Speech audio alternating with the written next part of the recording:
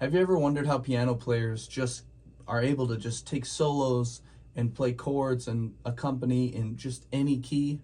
In today's lesson, we'll talk about the C major scale. We'll play it in one octave in the right hand, and that can translate to all other 11 keys on the keyboard so that we can learn to improvise and play music with other people as well. Hello again, fellow musicians. We're back at it again this week with another piano lesson. Last week we talked about the notes on the keyboard, how to find the note C. As a reminder, we use these two black keys when we go down to the left. We can do that in multiple places on the keyboard, finding the group of two, going down to the left. So again, we have these groups of 2 and 3 black keys all the way up. And in music, as a reminder, we use the first 7 letters of the alphabet, A through G. So if we know this is a C, A, B, C,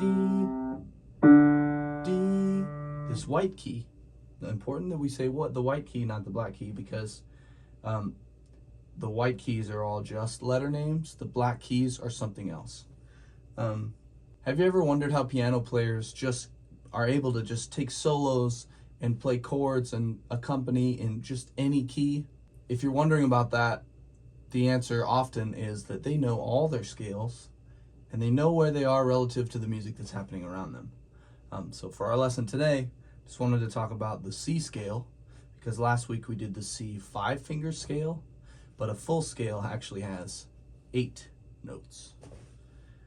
So as a reminder, the C scale, we take our right thumb, put it on the note C, and then the other fingers are just going to follow. Slight lift in the wrist, but also very relaxed. We're just going to go up and down.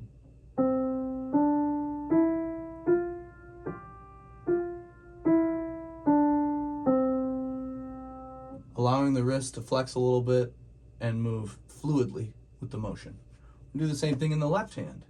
This time though, because our hands are opposite and we're going low to high, we're going ascending. I'm going to start with the pinky on a C. Find my group of 2 black keys, right down. That's my C. Put my pinky on there. Each finger is going to follow. Nice and slow, fluid from the top, relaxed, little motion in the wrist.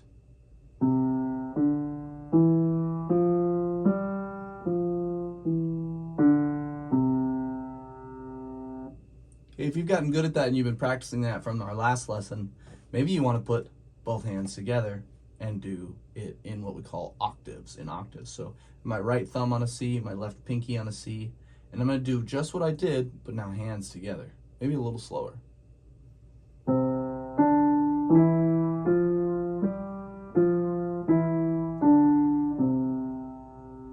Okay, now even for me, there were some inconsistencies in the volume, the dynamics of the notes, so I'm going to do it one more time. Okay, maybe you want to do it with me. Right thumb on a C, left pinky on a C, doing this 5-finger scale.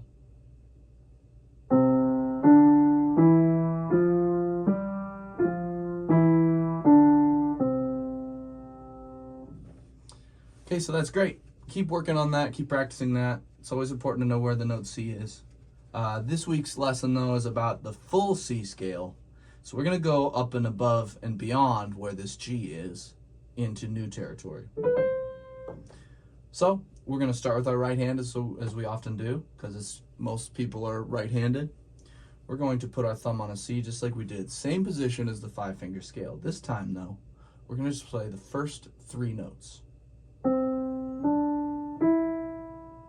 When we get to this E, the 3rd note in the C scale, and cross our thumb under to the F right above it, the other white key, and then our whole hand is going to shift. Okay, so just watch that one more time. We're going to go 3. Thumb crosses under, hand shifts. The video stopped for some reason. Don't love that. We were here. We're doing the first 3. Hand shifts.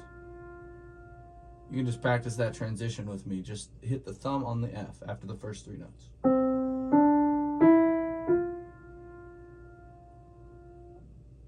One more time. My hand shifted.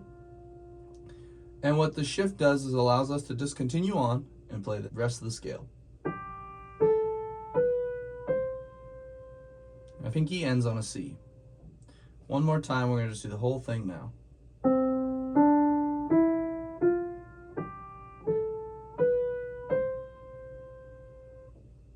Eventually we're going to descend as well, but let's just do it one more time for practice. First 3 notes, then your thumb shifts and you play the next 5 just as your hand and your fingers dictate, as long as your thumb is the one that crosses under. I'm going to go 3, thumb, and there you have it. That's your C scale. Let's run it one more time, ascending from C to C.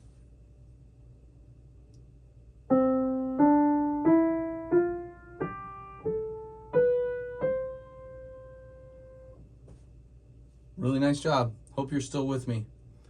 So now we're going to go back down. Start with our pinky on the C. All 5 fingers, just like we did when we were going up. We're going to go down the same way, but starting on this pinky. Now going down, we have to cross our middle finger, finger 3. 1, 2, 3. The thumb is always finger 1. Middle finger 3 crosses to the E. Okay, so one more time. We're going to go up, thumb, land on the C. We're going to go back down. We're going to play 5 notes, then the middle finger, finger 3, crosses to hit that E. Try it one more time with me. Here we go.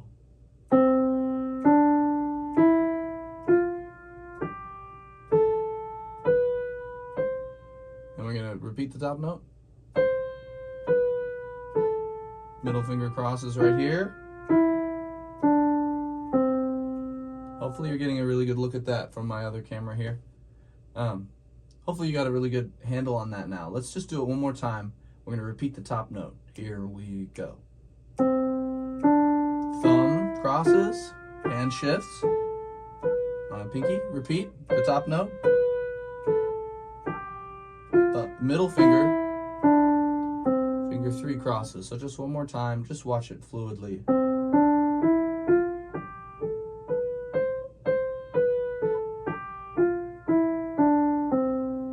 Okay, and this cross is really important because eventually you're going to get to 2 octaves and beyond, and so that cross, you're going to get good at that and your hand with the motion. Great. We're going to do it one more time, this time not repeating the top notes, just up and right back down. Here we go. Cross. Right back down. Cross. Practice that again. Cross. Right back down. Get ready for the other cross. 3, 2, 1. Great. Okay, so work on that a few times until it starts to feel natural.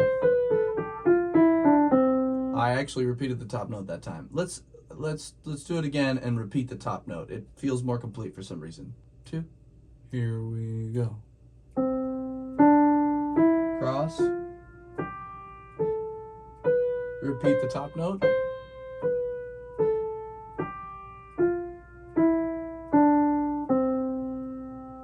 Really good. Okay, so keep working on that. You do the first 3, cross under, do 5. Then you do 5, cross over, and do 3.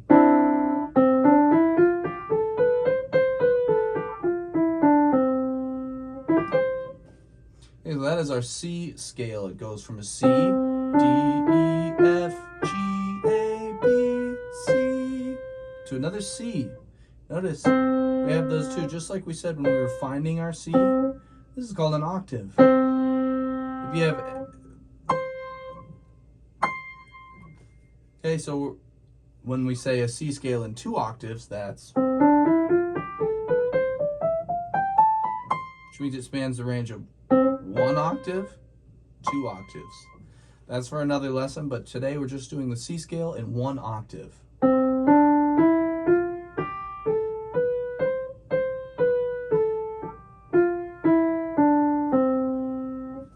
That's the right right hand for you.